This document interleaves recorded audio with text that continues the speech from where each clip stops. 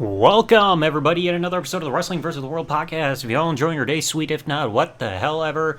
Episode 156. It is a requested episode, and it's time to talk about the tag team of Billy and Chuck, Billy Gunn and Chuck Palumbo, something that I touched on slightly when I covered the different characters/gimmicks that Billy Gunn went under during his initial WWE run. So, we gotta start off from the beginning. Prior to the conclusion of the Invasion storyline in 2001, Chuck Palumbo would be kicked out of the Alliance and joined the team of the WWF. Things started forming together on the November 4, 2001 edition of Sunday Night Heat, where after Chuck Palumbo successfully defeated Raven in a singles match, Chuck would be the victim of a 2-on-1 beatdown by both Raven and Just Incredible until Billy Gunn ran in for the save.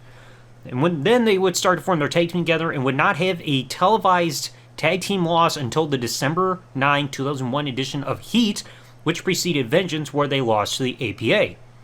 Now, they weren't going through the whole homosexual vibes just yet, so I'm trying to make that clear.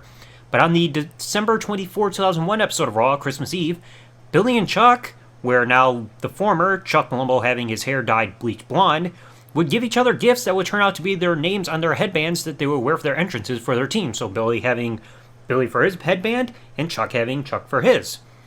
The team later on that night would also go on to defeat the APA in a tag team match after Chuck tripped up Bradshaw during a follow-away slam attempt on Billy and holding his legs down for the pin from the outside of the ring. Now, a fun note can be found on the January 7, 2002 episode of Raw, where Billy says that himself and Chuck should be in a wet t-shirt contest rather than Terry and Trish due to their physiques. So it was around late December, early January when they started to really be heels and everything, because they weren't a heel tag team right off the bat. It took a little bit of time. And then before Billy could convince Chuck to, quote-unquote, pull out his hose, they got interrupted by Albert and Scotty Toddy back when they were a tag team, and who they beat in under 4 minutes. The following week, on the January 14, 2002 episode of Raw, Billy Gunn would cut a promo where he blames Hurricane as to why they had to cancel a double date with two hot chicks after Heat the night prior. So once again, the team wasn't really giving those homosexual vibes yet. They were still insinuating that they were still straight and talking about hooking up with women. Now, the following week at the Royal Rumble pay-per-view, Billy would enter the Royal Rumble match number 7 and would last about 3.5 minutes with getting only one elimination, being Bradshaw, before then being eliminated by The Undertaker. Later on in the match, Chuck would enter the match in number 15 and would last 9 minutes with 2 eliminations, those eliminations being the Godfather and Albert, before then being eliminated by Stone Cold Steve Austin. The following night on Raw, both men would have a sneak attack on Kane, and would later beat both Kane and Big Show in a tag team match in about a minute and a half. Quite the shocking set of circumstances there. The following week, January 28, 2002 episode of Raw, it's where it all happens, because Jazz would overhear a noise in the locker room that sounded like sex going on involving Billy Gunn, and open the door to find Chuck helping Billy stretch to warm up for their match together, as the three of them would be going against the APA and Trish Stratus later on. So this is where everything started to go. So the team would also start the following week on Raw, February 4, 2002, but a tag team would actually sport a prototype to their own tag team calendar to the Divas, being like Molly Holly and Trish, or maybe not Trish, but Jazz and Tori and all them. And that was when Stacy and Tori challenged them, saying, hey, this week on SmackDown, we should have some kind of pose down and let the fans decide who's got the better physique. So, it was on. But before then, that night on Raw, February 4th, Billy and Chuck would fail to win a triple threat tag team elimination match against the APA and Spike and Taz for the latter's tag team championships. But 3 days later, February 7, we would get the pose down going on for Billy and Chuck, compared to Tori Wilson and Stacy Keibler, and Tori would get joy like laughing and being surprised by everything that she saw the men doing, while Stacy had looks of disgust. Have you never seen men posing together before? Well, the next week, Valentine's Day episode of SmackDown, we get another big change, because Billy and Chuck would defeat the APA in a tag team match, and this was the night where they would debut their brand new entrance theme, which you would hear later on be recycled and used for Santina Marella. So, how lovely there, Valentine's Day. And before the tag match, Billy said he truly cares about Chuck when they were backstage exchanging chocolate gifts for each other, saying, I care about you as a tag team partner. So kind of trying to lay off those insinuations a slight bit. Then at No Way Out, the tag team would fail to win the tag team turmoil against other tag teams for number one contendership for the tag team titles. But that same week on SmackDown, February 21, 2002, Billy and Chuck would defeat Spike, Dudley, and Taz to become the tag team champions for the very first time. We skip forward a little bit to WrestleMania 18, and the tag team Billy and Chuck would successfully retain their tag team championships in a fatal 4-way tag team elimination match against the Dudley Boys, Hardy Boys, and the APA. Then they get another addition. That week on SmackDown, March 21, 2002, Rico would debut with the team as their stylist. And a bit of a fun fact that I never knew, for this one night only, they sported a black and red color scheme there where they had black attire and even their headbands were black with red lettering. And of course this would be short-lived because Rico's like, oh, those outfits gotta go. Well, then after this, the draft would end up happening in WWE, and Rico would go along with Bill and Chuck as in the 5th round of the draft, they would get drafted over to SmackDown. So, of course, Rico, like I said, joined them, managerial role, makes sense. Fast forward a slight bit to Backlash, Bill and Chuck would successfully retain their tag team championships against Al Snow and Maven. Then a bit of a downfall happens. At Judgment Day, Rico would be forced to team with Rikishi as his mystery partner and would successfully defeat Billy and Chuck to win the WWF, now becoming WWE, Tag Team Championships.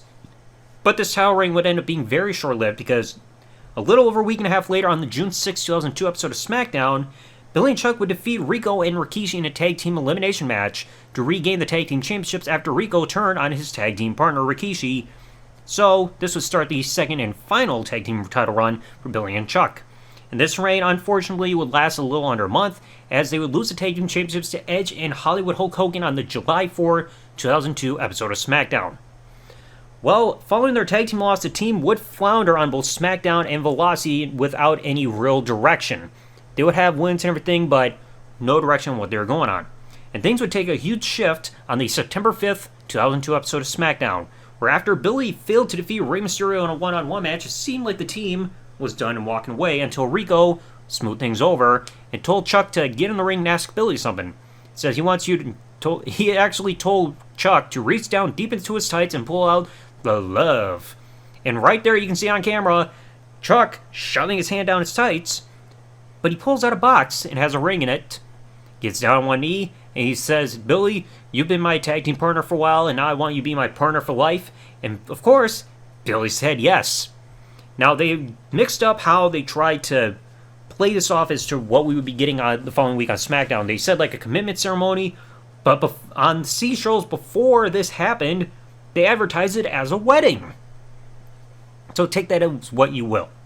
Now, I covered this segment a little bit in the Godfather 2002 run, but the following week on SmackDown, September 12, 2002, would be the commitment/wedding ceremony for Billy and Chuck, which would end up going completely nowhere because the team would denounce their homosexual relationship as a publicity stunt, which would also, like, something that I was so glad to see that the crowd gave a standing ovation to the team when they announced that they have nothing against gay people.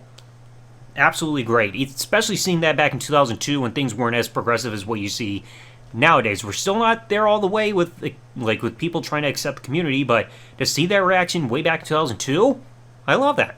Great to see that acceptance there. Now, this would then lead to the priest of the ceremony removing his disguise to reveal himself as Eric Bischoff, and 3-minute warning would interfere to attack Stephanie, Billy, and Chuck. As a result of all this and the beatdowns, Billy and Chuck would turn babyface without their homosexual tag team gimmick anymore, and Rico would align himself with 3-minute warning while also jumping ship over to Raw. Well, then you get to the big tag team match. At Unforgiven, Billy and Chuck would fail to defeat Jamal and Rosie of 3-minute warning. If Billy and Chuck had won, then Eric Bischoff would be forced to kiss Stephanie McMahon's ass, but since Billy and Chuck lost, Stephanie would be forced into an HLA act, which would later end up happening with Rikishi, who was in drag as part of a trap disguise, go against Eric Bischoff. Unfortunately, the team would not last much longer for Billy and Chuck, as their final tag team match together would happen on the October 3rd, 2002 episode of SmackDown, where they would lose to Ron Simmons and Reverend Devon in the first round of the WWE Tag Team Championship Tournament, and during the match, Billy Gunn would suffer a shoulder injury, making him disappear from television, and the team would never team up ever again, because Chuck would then, Billy would be focusing on recovery, and when he came back, he would revert back to his Mr. Ass gimmick.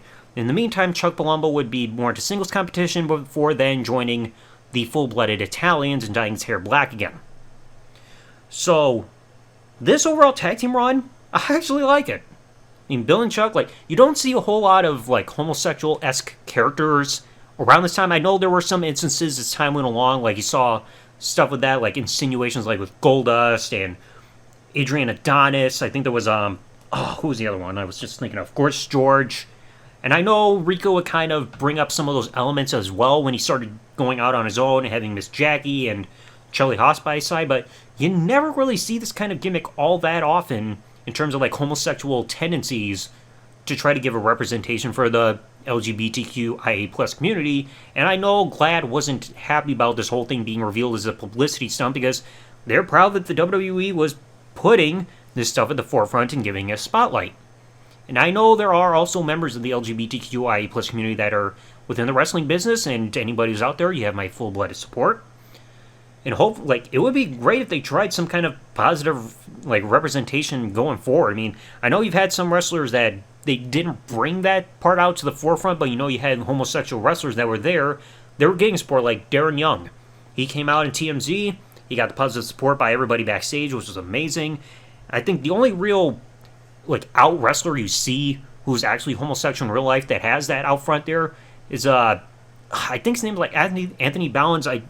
Forgive me if I'm wrong in his name. I don't watch AEW all that much. I did see the segment where he talked about his sexuality on an AEW broadcast, and that was an amazing thing to see too, especially with the crowd reaction, like overwhelmingly positive. Love that.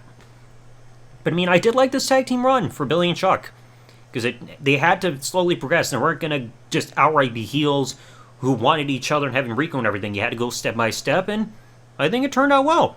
And if you have a problem with the homosexual stuff, well, that's on you. Alright?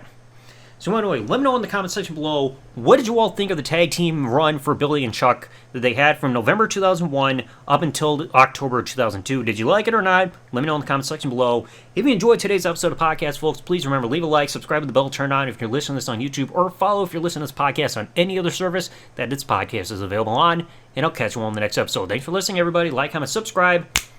Peace out, and good day, everybody.